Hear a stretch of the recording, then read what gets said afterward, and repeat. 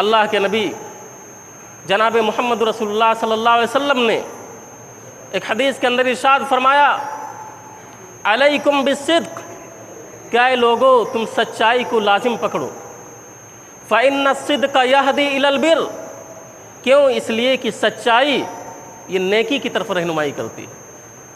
جب آدمی سچ بولتا ہے، سچائی کو اختیار کرتا ہے، تو یہ سچائی نیکی کی راہ دکھلاتی ہے۔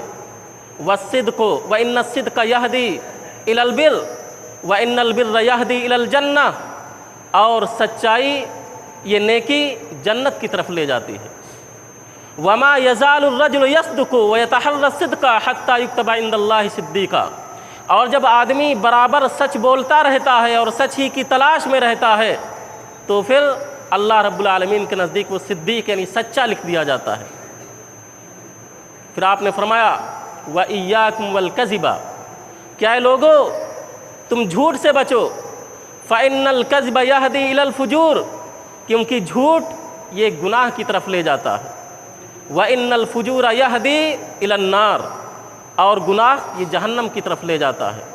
وَمَا يَزَالُ الرَّجُلُ يَكْذِبُ وَيَتَحَرَّى الْكَذِبَ حَتَّى يُكْتَبَ عِندَ اللَّهِ كَذَّابًا، اور جب آدمی برابر جھوٹ بولتا رہتا ہے اور جھوٹی کی تلاش میں رہتا ہے، تو اللہ رب العالمین کے یہاں وہ کذاب یعنی بہت بڑا جھوٹا لکھ دیا جاتا ہے۔